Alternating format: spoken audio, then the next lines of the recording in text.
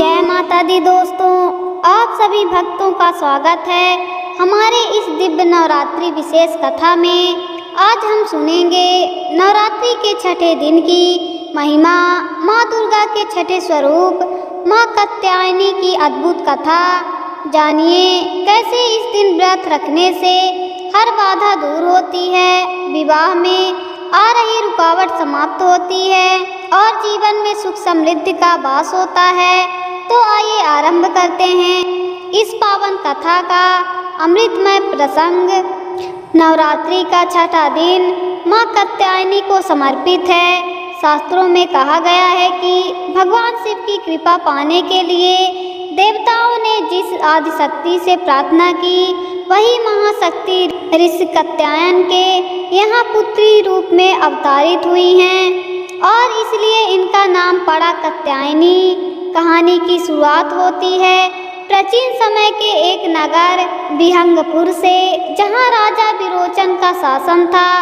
नगर में सब कुछ समृद्ध था, परंतु राजकुमारी विनया के विवाह में अनेक अड़चनें आ रही थी। हर बार कोई वर आकर लौट जाता, कभी राजकुमारी के जन्मपत्री में दोष का कारण बताकर, तो कभी अनजानी बाधा के चलते। राजा और रानी चिंतित थे। उन्होंने कई यज्ञ किए, अनेक तीर्थों की यात्रा की, परंतु कोई उपाय सफल न हुआ। तभी एक दिन महल के राजपुरोहित ने कहा, महाराज, नवरात्रि आने वाली है। छठे दिन माता कात्यायनी की उपासना और व्रत का विधान अद्भुत फलदायक है।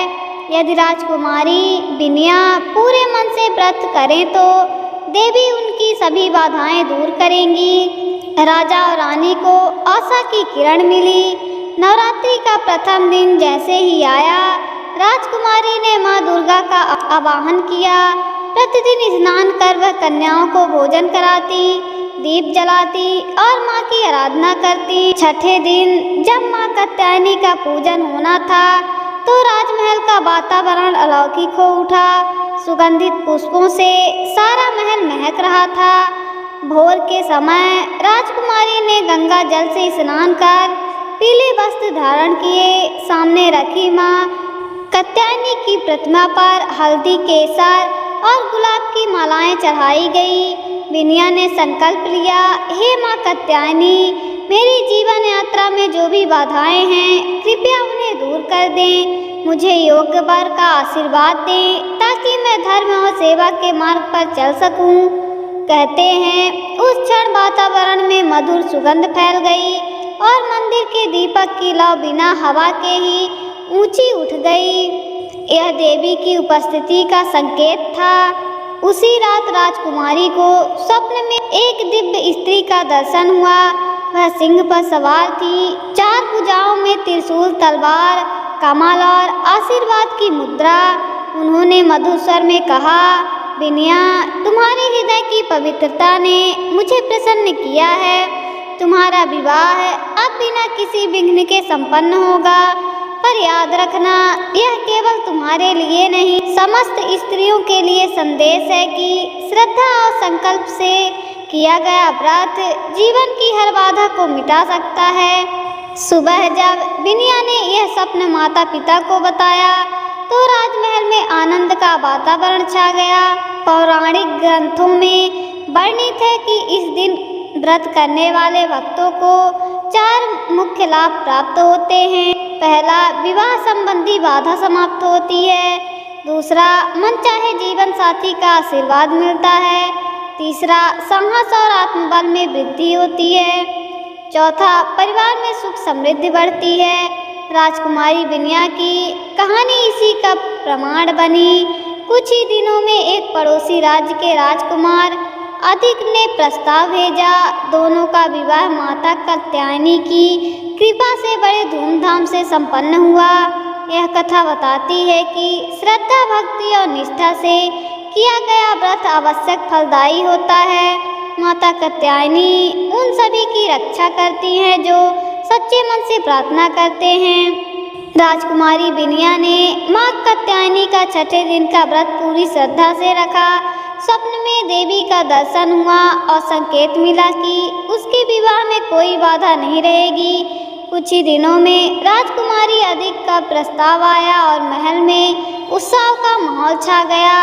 राजा विरोचन ने राज्य भर में संदेश भेजा, हमारी पुत्री विनया का विवाह माँ कात्यायनी की कृपा से निश्चित हुआ है। सभी नगरवासी इस पावन अवसर पर आमंत्रित हैं।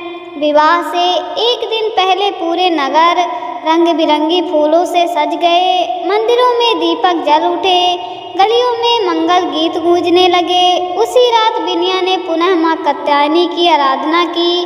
वह बोली, माँ जैसे आपने मेरी प्रार्थना सुनी वैसे ही हर उस कन्या का मंगल करे जो योग्य जीवन साथी की प्रतीक्षा कर रही हैं। कहा जाता है कि उस समय मंदिर में रखी देवी की प्रतिमा आंखों से हल्की ज्योति निकलकर चारों ओर फैली। यह अद्भुत दृश्य जिसने भी देखा उसका हृदय श्रद्धा से भर गया। विवाह का दिन आया। सूर्योदय से पहले ही मंगल के प्रांगण में वैदिक मंत्र गूंजने लगे। राजकुमार आदित्य ने पीले रेशमी वस्त्र पहन रखे थे और हाथ में पुष्पमाला थी। जैसे ही विनया वरमाला लेकर आई, हल्की सुगंधित हवा चली और आसमान में बादलों ने सिंह के आकार का अद्भुत चित्र बना दिया। सबने इसे माँ कात्यायनी की उपस्थिति माना। विवाह बिना किसी विघ्न के संपन्न हुआ।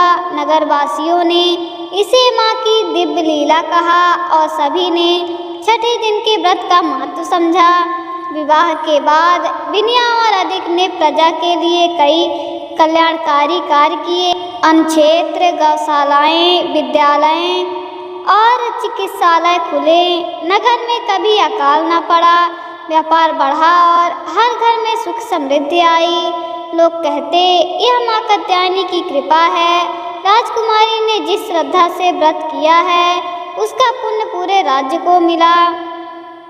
ग्रंथों में वर्णित है कि छठे दिन की उपासना से केवल विवाह हेतु ही नहीं बल्कि संतान प्राप्ति, रोग निवारण और आध्यात्मिक उन्नति के लिए भी श्रेष्ठ है। पहला, साहस और पराक्रम। सिंह पर अरुण माता कात्यायनी साधक को निर्भीक बनाती हैं। दूसरा, ग्रह दोष शांति। कुंडली में मंगल या विवाह बाधक दोष दूर होते हैं।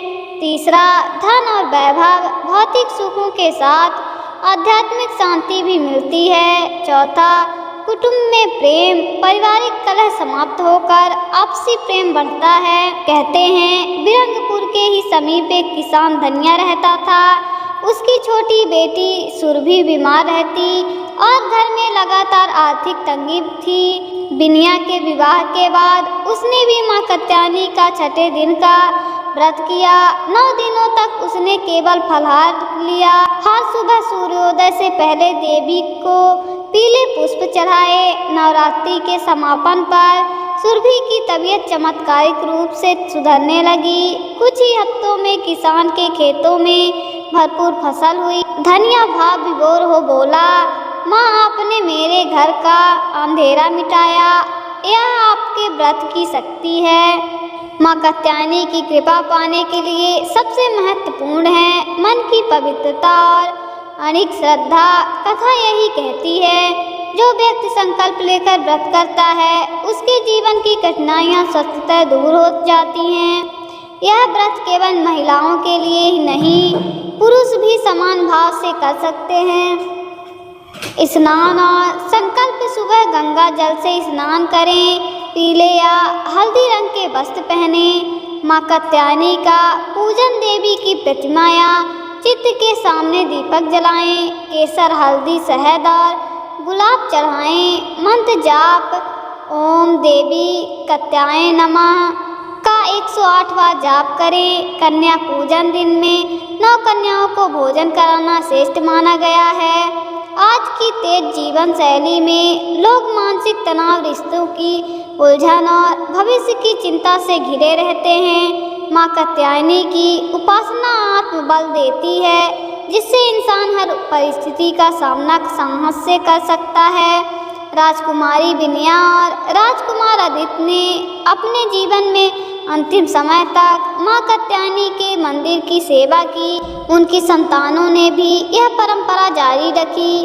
कहते हैं जिस स्थान पर उनका विवाह हुआ था वहां आज भी एक प्राचीन मंदिर है। नवरात्रि के छठे दिन यहाँ हजारों श्रद्धालु एकत्र होकर व्रत रखते हैं। कोई संतान सुख की कामना करता है, कोई वैवाहिक जीवन में शांति की। सबका विश्वास है कि मां कात्यायनी कभी अपने भक्तों को निराश नहीं करती। भाइयों और बहनों, आपने सुनी मां कात्यायनी की यह अद्भुत और प्रेरणादायक कथा। छठे दिन का यह व्रत न केवल वैवाहिक संबंधी बाधाएं दूर करता है, बल्कि जीवन के हर क्षेत्र में सुख, समृद्धि और साहस प्रदान करता है। यदि यह पावन कथा आपके मन को छू गई हो तो इस वीडियो को लाइक, शेयर और सब्सक्राइब जरूर करें, ताकि मां की कृपा आपके जीवन में भी उजाला भर दे। जय माता दी।